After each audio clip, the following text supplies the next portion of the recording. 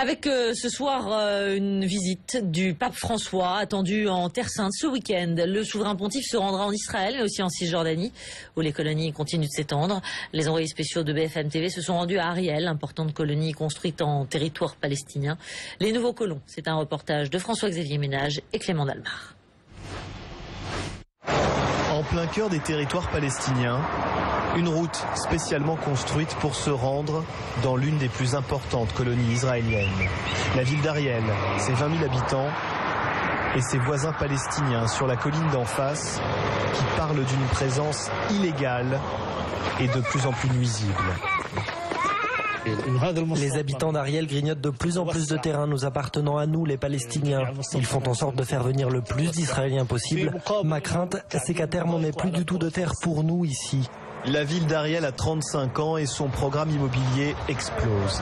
600 constructions en cours. Des immeubles, des bibliothèques, des salles de spectacle et une population issue des classes moyennes, majoritairement des juifs venus de Russie.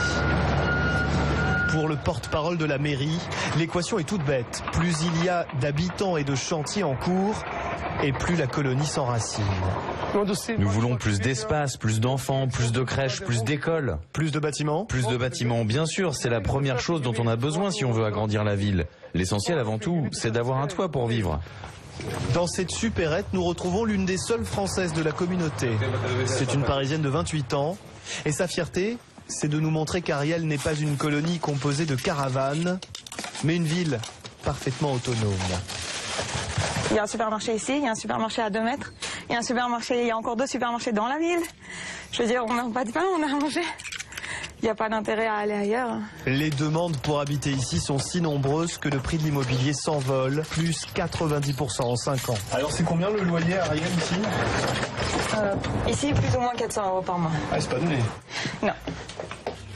Cynthia vit au sous-sol, dans un 35 mètres carrés, à 1 kilomètre des voisins palestiniens. Chacun croit dans sa religion. La mienne me prouve que ce sont mes terres et que c'est mon territoire. Maintenant, j'ai pas dit qu'ils sont pas possibles de venir vivre à côté de nous. Je veux dire, je suis pas contre. La preuve, ici, on vit ici, ils vivent de ma fenêtre, je les vois, mais ça me dérange pas. Ils peuvent vivre de leur côté, je lui dis rien. Mais pour certains, eux, ça les dérange. Chacun vit avec ses problèmes. C'est pas le mien. Lui ne veut pas qu'on croie qu'ici c'est chacun pour soi. Alors Roy, le porte-parole de la mairie, tient absolument à nous amener dans un lieu bien particulier. La zone industrielle d'Ariel, une centaine d'entreprises israéliennes avec des employés, souvent palestiniens. Aujourd'hui, dans les territoires palestiniens, le salaire moyen, c'est 10 € par jour. Mais ici, dans les usines israéliennes à l'intérieur de la colonie, c'est entre 5 et 6 € par heure. Et vous répondez quoi à ceux qui disent que vous tirez profit de la situation ? Mais non, on tire profit de rien du tout. Mais les Palestiniens, c'est quoi leur alternative ? Le patron n'arrive pas à faire tourner son usine de plastique avec de la main-d'œuvre uniquement israélienne. Alors c'est aux habitants d'en face qu'il offre des contrats. Au total, ici, on a 50 employés. 15 Israéliens, 35 Palestiniens. Officiellement, d'après le PDG, pas d'enquête sur le profil des ouvriers. Mais pour éviter tout incident, toute menace, une règle de recrutement. J'essaye d'embaucher des gens qui ont fondé une famille, des hommes qui sont mariés et qui ont des enfants, capables de venir en aide à leurs proches. Parce qu'un homme avec une famille à assumer a besoin de stabilité, d'un salaire, n'a aucune envie de faire des trucs qui le mettraient en danger. C'est comme ça. Chaque matin sur la route du travail, les salariés venant de Cisjordanie doivent franchir plusieurs barrières de sécurité.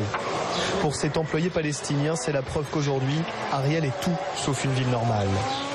Ce que j'aimerais, c'est pouvoir circuler en Israël et dans les colonies plus facilement, comme on pouvait d'ailleurs le faire avant l'intifada. Pour la communauté internationale, la ville d'Ariel n'a pas de statut légal. Les habitants, au contraire, disent qu'ils sont ici historiquement chez eux. C'est une famille dont le couple est survivant de l'Holocauste. Et dans leur maison, ils ont construit un mémorial pour que justement on se rappelle de l'Holocauste. Roy va nous présenter l'une des citoyennes les plus combatives d'Ariel, et cela depuis déjà de nombreuses années. Vous allez rencontrer la famille. Bonjour Irina. Cette juive d'origine polonaise a transformé sa maison en musée. 4 étages pour rappeler l'histoire de son peuple en comparaison à celle des voisins arabes.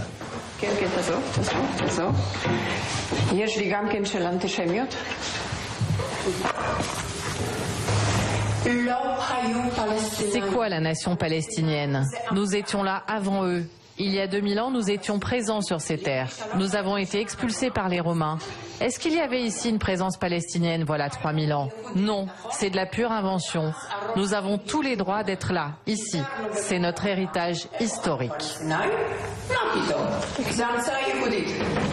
Si la ville met en avant son passé, elle veut surtout faire fructifier son avenir.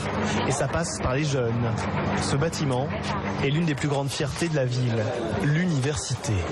15 000 étudiants inscrits, la plupart font l'aller-retour tous les jours depuis Israël, et il y a les autres, comme Tal, qui ont décidé par idéologie de poser leurs valises ici. En vivant ici, je ne me considère pas du tout comme une voleuse de terrain, mais plutôt comme une héroïne. Parce que je me bats pour quelque chose qui en vaut la peine. Et qu'est-ce qui est difficile ici? Pour moi, c'est dur, parce que la vie est plus chère ici que dans le sud du pays où j'ai grandi. Et ici, surtout, c'est loin de la maison. Mon époux est militaire. La semaine, je vis toute seule. Alors, sans personne à mes côtés, ce n'est pas évident, mais ça va.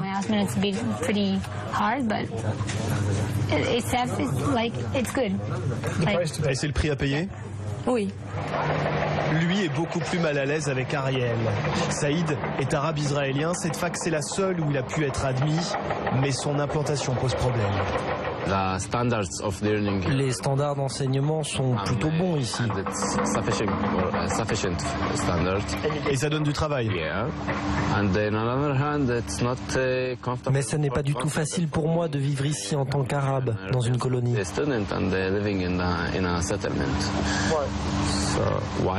Pourquoi?